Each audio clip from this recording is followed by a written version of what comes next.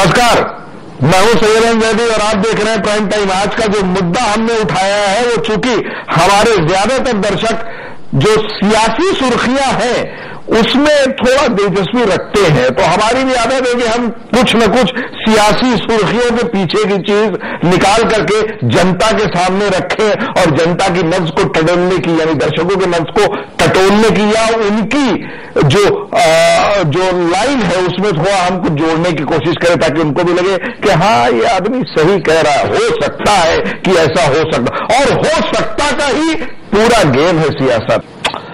तो मुलायम का मोर्चा और मध्यवर्ती चुनाव, इस मुद्दे पर हम चर्चा करेंगे। हमारे साथ लखनऊ से मेहमान जुड़ेंगे, हमारे साथ नोएडा से जुड़ रहे हैं वरिष्ठ पत्रकार केजी सुरेश और वरिष्ठ पत्रकार ललित मोहन गौतम। केजी सुरेश, आपका बहुत बहुत स्वागत है। ललित जी, आपका भी बहुत बहुत स्वागत है। हमारे साथ थोड़ी देर में लखनऊ से भी मेहमान जुड़ेंगे।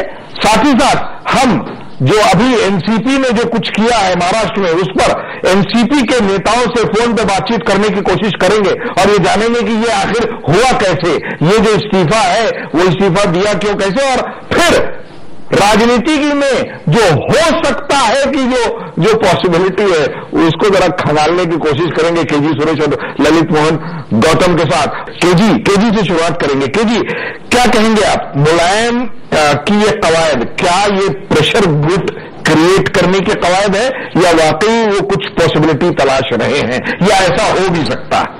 पॉसिबिलिटी का तो पता नहीं, लेकिन इसमें कोई दो राय नहीं कि उनकी महत्वाकांक्षा है और उन्होंने इस पर कहीं भी कोई शंका नहीं छोड़ा है। उन्होंने साफ कहा, इनकार क्या, उन्होंने साफ कहा कि अगर 16 एमपी के साथ देवगौड़ा बन सकते हैं इस देश के प्रधानमंत्री तो कोई और क्यों नहीं चाह सकता, जो उन्होंने कहा था, उनका बयान आया था। तो ऐसे में मुझे नहीं लगता है कि उसमें कोई, वो बिल्कुल चाहते हैं और उनका इच्छा है कि आगे जो आने वाले जो चुनाव हैं, आम चुनाव में, वो ज्यादा से ज्यादा संख्या लेकर आए ताकि केंद्र में जो है या तो वो प्रधानमंत्री बने या ऐसा स्थिति में हो कि प्रधानमंत्री कौन बने इसका जो है वो तय करें, या तो किंग या किंग मेकर, इन दोनों में से एक बनना है। लेकिन ये हकीकत, ये तीसरा मोर्चा, इसमें कोई दो राय नहीं जरूरी साहब कि इस देश की आवाम जो है कहीं ना कहीं हमेशा तलाशती रही है एक तीसरे विकल्प की। लेकिन अफसोस की बात है कि इतिहास हमें दिखाता है कि बगैर कांग्रेस या बीजेपी के मदद के, चाहे वो नेशनल फ्रंट रहा हो या यूनाइटेड फ्रंट रहा हो, नहीं रहा, अपने आप में कोई भी नहीं रहा है। इनको किसी न किसी राष्ट्रीय एक दल का, फिर वो नॉन अलाइड, वो वैसा ही हुआ गुट निरपेक्ष आंदोलन के जो लोग हैं या तो रूस की तरफ थे या अमेरिका की तरफ, लेकिन नाम के लिए गुट निरपेक्ष। तो तीसरा विकल्प उस मायने में कभी भी सामने ना आया। और पिछले अगर दो चुनाव, आम चुनाव, 2004 और 2009 का अगर आप चुनाव देखेंगे तो उसमें तो बिल्कुल मजाक बन गया था। 2009 में देवगौड़ा ने टुमकुर में एक रैली की थी जिसमें जो है बसपा से भी लोग गए थे, उसके बाद आपके तेलुगु देशम से भी गए थे, और लेफ्ट में सीताराम येचुरी ने पैमाने पर घोषणा किया था कि ये लोग आम जनता और काडर के दबाव में आकर ये जनता दल सेक्युलर जैसे दल जो है आज हमारे साथ आए हुए हैं और टीआरएस आए हुए हैं, इसलिए ये कहीं नहीं जाएंगे। चुनाव के नतीजे आए नहीं, उससे पहले आपने देखा कि कुमारस्वामी जो है वो मुंह छिपाकर जो है 10 जनपद के बाहर खड़े हुए थे। टीआरएस 4 दिन के अंदर जो है कांग्रेस सरकार को जाकर समर्थन उसने दे दिया। तो उसके बाद वही सीताराम येचुरी चुनाव के बाद पार्टी पॉलिट ब्यूरो के जो उसमें अपना पीपुल्स डेमोक्रेसी में लिखते हुए कहते हैं कि हमसे बहुत बड़ी गलती हो गई, ये बिल्कुल क्रेडिबल नेतृत्व नहीं था, हमने ऐसे इनक्रेडिट मतलब एलाइज को हम लेके आए जिनका कोई क्रेडिबिलिटी नहीं है, ये बहुत बड़ी गलती हो गई। तो इसलिए मुझे लगता है कि तीसरा मोर्चा एक बरसाती मेंढक की तरह है, जब भी चुनाव की चर्चा होती है तब ये तीसरा मोर्चा आ जाता है। ये तीसरा मोर्चे का अब कोई वजूद नहीं है, कोई रेलेवेंस नहीं है, प्रासंगिकता नहीं है।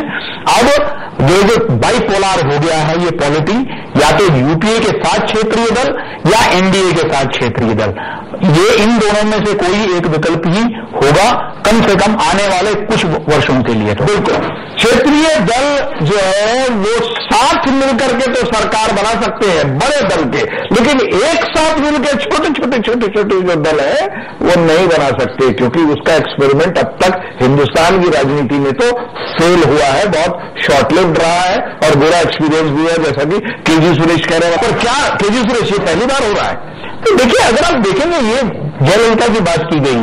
जयललिता अगर आप पूरा थ्रू आउट चाहे संसद के अंदर रहें या चुनाव का आप देख लीजिए, आप हर चीज में जयललिता बीजेपी के, भले वो एनडीए में उसने ज्वाइन नहीं किया, वो यहां तक अगर कोई एनडीए के बाहर अगर नरेंद्र मोदी के साथ सबसे ज्यादा अगर कोई मित्रता है तो वो जयललिता का है। वो उनके स्वेरिंग इन में जाते हैं, ये उनके स्वेरिंग इन में जाते हैं। अब रही बात आपके बिहार में जो है जनता दल की, हाँ नीतीश की, नीतीश बोले ये कहते हैं, लेकिन जो है शरद यादव जो है किसी भी कीमत में जो है वो एनडीए के कन्वीनर भी हैं, वो उनका इस तरफ जाना, तो अगर पार्टी में अगर इस तरह एक फैसला हुआ तो एक वर्टिकल स्प्लिट होने का पूरा चांस है उसमें। और जबकि कहा यह जाता है कि राजनीतिक पंडित तो जानते हैं कि शरद यादव खुद इस एम्बिशन को भी पाल करके रखते हैं। बिल्कुल बिल्कुल। और ये बड़ी और इसी तरीके से अगर आप यूपीए में मुलायम सिंह की बात कहें, देखिए कहना एक अलग चीज है तीसरे मोर्चे की, लेकिन आप यूपीए 2 के तीसरे वार्षिक में सबसे ज्यादा अगर प्लेटफॉर्म में उनके साथ मंच पे खड़े रहे तो मुलायम सिंह खड़े रहे। तो ऐसे में आप कैसे हर बार इस सरकार को बेल आउट करते रहे, तो थर्ड फ्रंट की क्या क्रेडिबिलिटी है? अगर आप जनता के बीच में जाएंगे, जनता कहेंगे कि आप तो हमेशा समर्थन करते रहे, आप कौन सा तीसरे में सवाल है। अगर इस थर्ड फ्रंट की कवायद को शेप देने की कोशिश समाजवादी करेगी, मुलायम सिंह यादव करेंगे, तो जनता के मन में यह सवाल तो रहेगा, खासतौर पे वो उस जनता जो कांग्रेस से अपने आप को तंग महसूस करती है, उसके जहन में ये सवाल रहेगा कि ये तो हर बार बेल आउट करते हैं और इधर कह रहे हैं तीसरा मोर्चा। जी क्या कहेंगे आप? क्या वोटिंग पैटर्न हमारी जनता बिल्कुल सोच कर बैठी हुई है? नहीं, और मैं एक और बात बताना चाहता हूं यहाँ कि ये बहुत बड़ी गलतफहमी के शिकार होंगे, अगर चाहे वो मुलायम हो या कोई और हो, कि कांग्रेस सिर्फ इन पर निर्भर करके जो है बैठी हुई है। कांग्रेस ने अभी समर्थन लिया, कांग्रेस का अपना स्ट्रेटेजी खुलने लगा है। आपने देख लिया जिस तरीके से जो है 1 रैंक 1 पेंशन हो गया, डीए हो गया, उनका पूरा इमेज मेकओवर का उन्होंने, अब वो राइट टू फूड बिल लाएंगे और एक फिर वो आपका क्रिमिनल वायलेंस एक सांप्रदायिक हिंसा बिल लाएंगे, सब लेके आएंगे कि आप जो है बिल्कुल पोलराइज कर देंगे पॉलिटी को, या तो इनका समर्थन करना पड़ेगा या विरोध करना पड़ेगा, एक ऐसी स्थिति। और ये टीआरएस के साथ अब जो मीटिंग है तेलंगाना जहां क्रिएट करेंगे, वहां जगनमोहन रेड्डी को वापस लाएंगे पार्टी में, पूरा खेल बना हुआ। ये समझना कि मुलायम पर टोटली डिपेंड होकर 2014 तक कांग्रेस बैठेगी, मुझे लगता है कि हम कांग्रेस को बहुत ज्यादा अंडर एस्टिमेट कर रहे हैं। कांग्रेस के रणनीति जो वो लोग हैं, स्ट्रेटेजिस्ट हैं, उनको हम अंडर एस्टिमेट कर रहे हैं। पूरे मामले में बीजेपी बड़ी अप्रत्याशित रूप से खामोश है जी। हालांकि तीसरे मोर्चे की शक्ल सूरत तो पहले वो कह चुके हैं साहब ये तो बनता ही नहीं है, कोई मतलब नहीं है। और मुझे लगता है दोनों पार्टियों की मक्का जो है उनका एग्जिस्टेंस भी इसी में है कि कोई तीसरी शक्ल जो है वो न उभर। नहीं बिल्कुल, ये तो एलके अडवाणी ने एक बार नहीं कई बार, सबसे पहले हरियाणा इलेक्शन के दौरान तो उन्होंने खुल के कहा कि अगर आप हमें नहीं वोट दे रहे हैं तो आप कांग्रेस को वोट दे दो, इन क्षेत्रीय दलों को मत दो, ये खुलकर आह्वान किया था उन्होंने। तो वो तो कहते हैं कि इस देश में बाइपोलर पॉलिटी है, इस देश में जो है या तो कांग्रेस लेड फ्रंट या बीजेपी लेड फ्रंट। उनका जो बहुचर्चित जो ब्लॉग आया था उसमें भी उन्होंने यही बात कही थी। उन्होंने ये नहीं ये जबकि उसको मिसरीड किया गया मीडिया में, उन्होंने कहा कि तीसरा अगर आ जाता है तो वो देश के हित में नहीं है। और उन्होंने देवगौड़ा का, आईके देवगौड़ा का मिसाल दिया और उन्होंने कहा कि स्थायी सरकार तभी बनेगी जब या तो बीजेपी लेड हो या कांग्रेस लेड हो। जाहिर है जब नेता बहुत सीनियर हो जाते हैं, जब पोस्ट से परे हो जाते हैं तो रैशनलिज्म की बात करते हैं। ये आडवाणी जी भी उसी जो है वो फेज और कैफियत से गुजर रहे हैं, रैशनलिज्म की बात करने लगते हैं, पॉलिटिकल पंडित हो जाते हैं। ईश्वरलाल जैन एनसीपी के राज्यसभा सांसद हैं और नेता हैं, वो ये कह रहे हैं कि ये प्रोटेस्ट लॉन्च करने के लिए इस्तीफा दिया गया है, यानी कि जो बीजेपी कह रही है वही है। अजित दादा पवार ने इस्तीफा दिया, उप मुख्यमंत्री है केजी सुरेश। ये क्या है? ये कोई नया इक्वेशन है या ये नॉर्मल महाराष्ट्र की राजनीति की एक घटना की शक्ल में इसको माना जाए? नहीं, ये कोई सिद्धांत के आधार पर तो नहीं है। शुद्ध रूप से बार्गेनिंग टैक्टिक हमेशा महाराष्ट्र की राजनीति में रही है। अगर आप देखेंगे, इतिहास देखेंगे, ये वही दल है जिसने विदेशी मूल के मुद्दे पर अलग दल बनाया और बाद में, और ज्यादा दिन नहीं, 6 महीने के अंदर जो है आपने जाके समर्थन दे दिया। तो इसलिए ये जो है ये इसमें बिल्कुल 2-3 चीजें हैं। एक तो आपने जैसे कहा कैबिनेट रिशफल के भी कहीं ना कहीं बातें हैं, और उसके साथ जो है महाराष्ट्र में आने वाले जो चुनाव है उसके मद्देनजर एक बार्गेनिंग हार्ड स्टांस अपने लिए सीटों के लिए, जिसमें इनको हमेशा ये महसूस हुआ है कि ये हमेशा मांगते रहे हैं इनफैक्ट कि कश्मीर मॉडल, JNK का जो मॉडल हो, जो आप कुछ दिन आप जैसे अलायंस पार्टनर को अलाउ करें और कुछ दिन आप इस तरीके से मुख्यमंत्री पद का रोटेशन हो, ये इनका हमेशा से एक डिमांड रहा है। और कहीं ना कहीं जी कहीं कहीं भी गए तो मजबूरी है एनसीपी, बिल्कुल। और तीसरा जो है, जो अहम चीज है वो ये है कि कहीं ना कहीं अंदर ही अंदर एक डर भी है।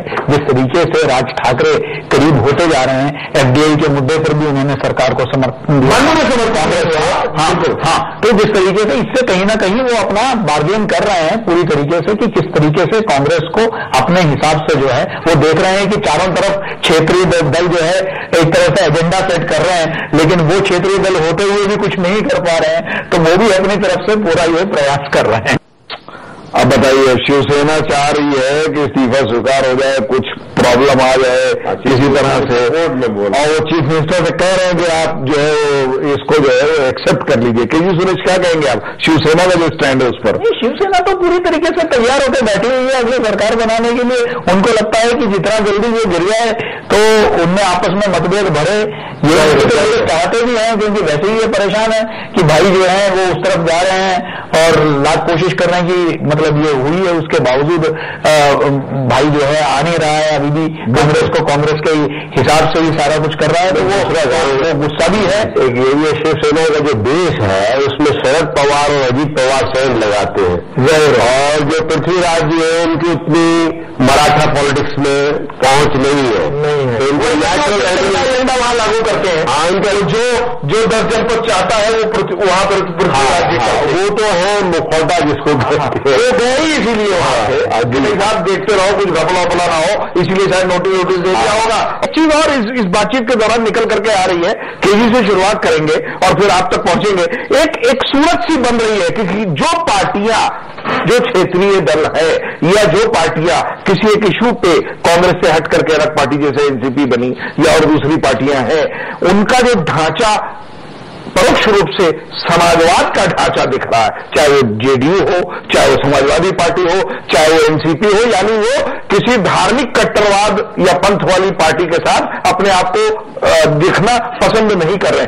क्या केजी इनके आपस में जुड़ने की कोई सूरत है, और अगर वो जुड़ने की सूरत बनती है तो आंकड़े पे वो कहाँ टिकते हैं आकर के? नहीं, वही आपने जो पहले बताया है कि अगर ऐसे सूरत है, अब एक शिवसेना को छोड़ दीजिए, वो तो बिल्कुल सांप्रदायिक बात मतलब उस कैटेगरी में आ जाती है, लेकिन अगर आप देखेंगे तो सेकुलर कौन है बिहार में? लालू भी सेकुलर है, जाहिर है।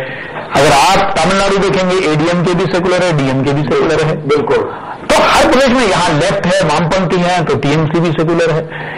तो अगर ये एक साथ नहीं आ सकते हैं, क्षेत्रीय मजबूरी है, तो सेक्युलरिज्म बनाम सांप्रदायिकता अब ये एक मुद्दा नहीं रहा है, और अगर है तो ये दो ही बड़ी पार्टियों में है, बिल्कुल। ये क्षेत्रीय दल नहीं हो सकता है, क्योंकि वो वहां बिल्कुल मुद्दे जो है, क्योंकि ये एक दूसरे के राइवल है।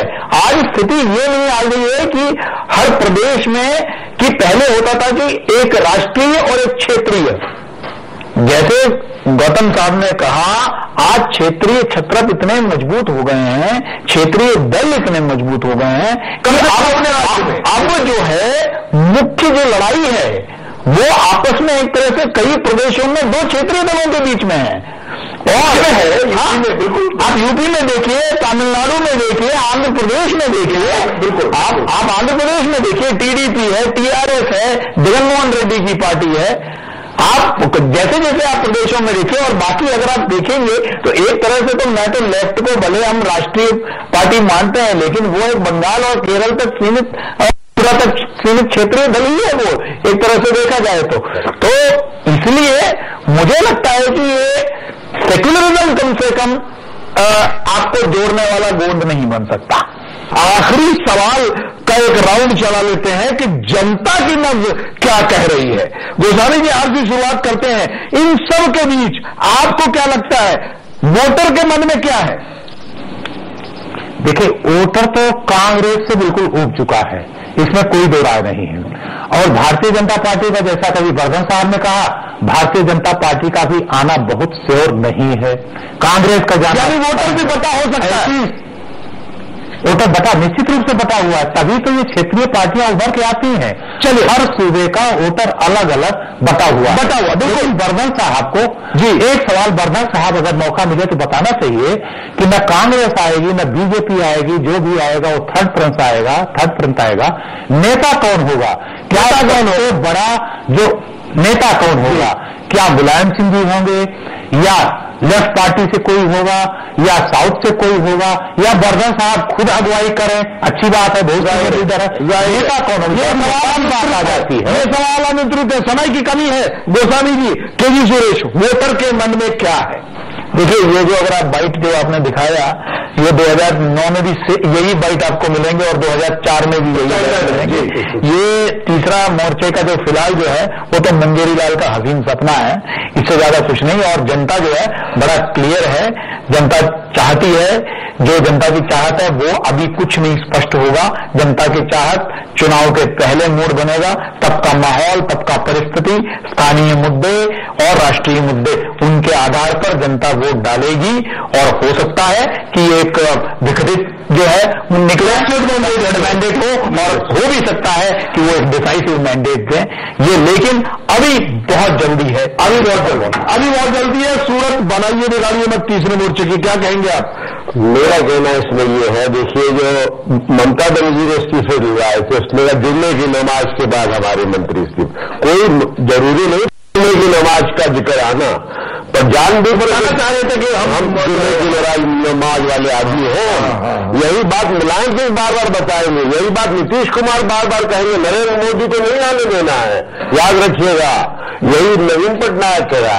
देश आने वाले चुनाव में अगर मुद्दे बनेंगे तो गरीब आदमी का जहां जिक्र आएगा कि उसके साथ दिक्कत आ रही है, महंगाई बढ़ रही है और सरकार की नीतियां असफल रही, बेईमानी हुई वगैरह वगैरह, उसके साथ साथ सेकुलरिज्म का मुद्दा भी उतने बड़े पैमाने पर जुड़ा रहे।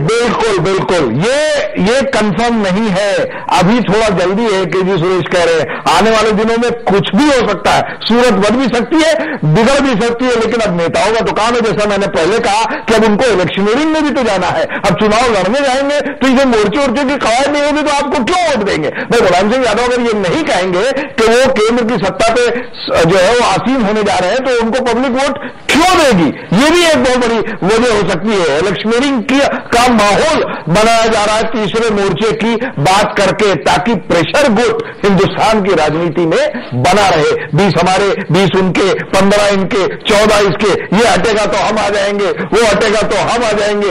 इस राजनीति से हिंदुस्तान को कब फुर्सत मिलेगी ये जनता तय करेगी, हम और आप तय करेंगे। बहुत बहुत शुक्रिया गोस्वामी जी, हमारे साथ लाइव तशरीफ रखा। बहुत धन्यवाद सर आपको। जी, आपका बहुत शुक्रिया। ललित जी, आपका बहुत शुक्रिया। सैयद अली को दीजिए इजाजत, नमस्कार।